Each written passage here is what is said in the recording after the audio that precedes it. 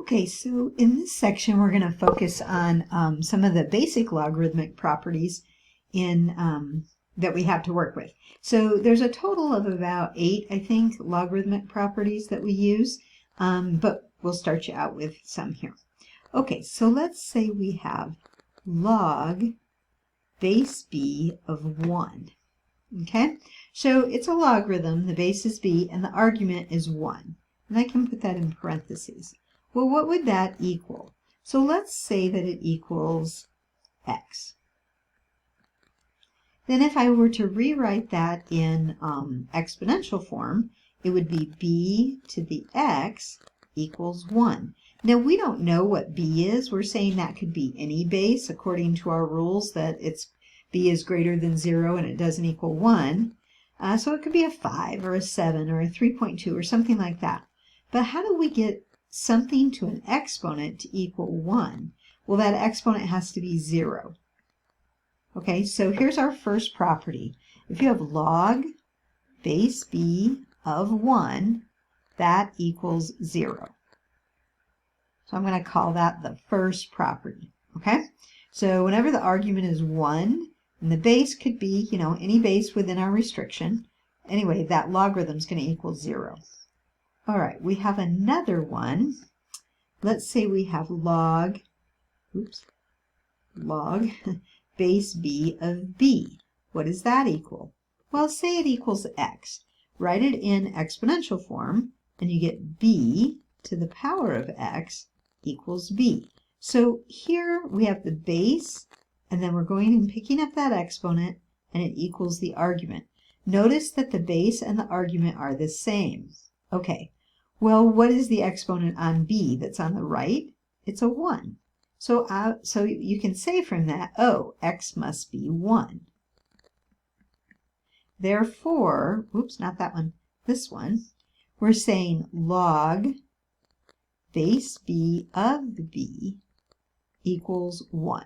So if the base and the argument are the same, it's going to equal 1.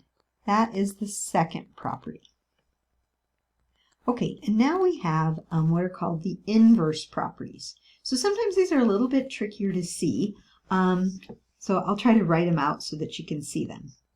Let's say we have, let's see, I'm trying to think how to write it. Okay, so I was trying to think how to write it. Let's say you have log, I'm trying to think of a good color to use here, log base b, and then let's say your argument is b to some exponent, okay? And then what we're wanting to say is, well, what does that equal? Could it be simplified? Well, let's just say that it's, something. I'll call it y. Okay, now watch what happens when I change it to exponential form. So my base is going to be b.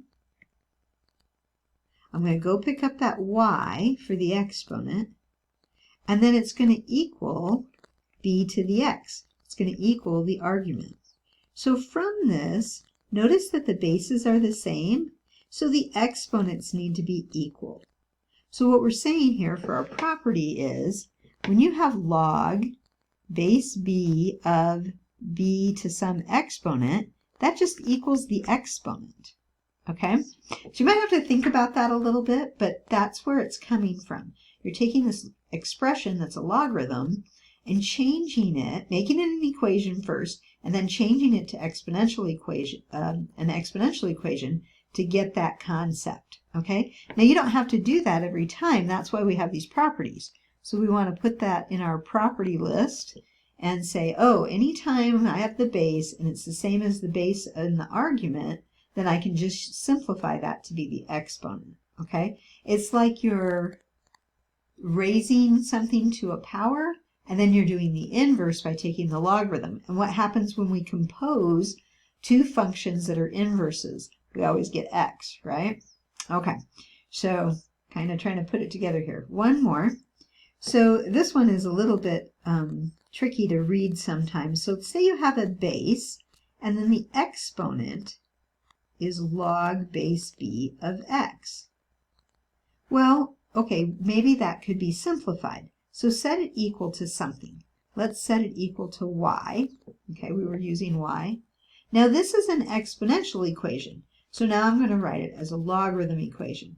It would be log, the base would be this b right there, of, and then I would go get the y. So I'm going to base and getting the argument there is y, and it's going to equal that exponent. So if you look at that statement, that equation, you're saying log base b of y equals log base b of x.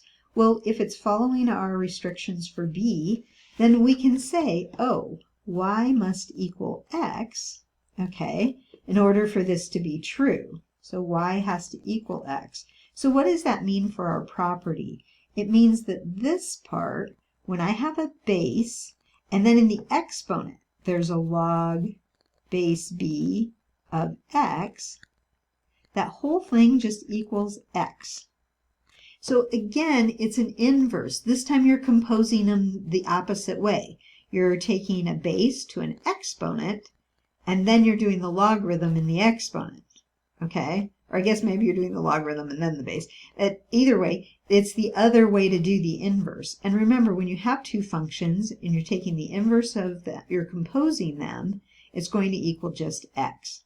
So that's why we call these the inverse properties. So when you see something like this, you can simplify it to just x. So these four properties are so that we can simplify things. Okay?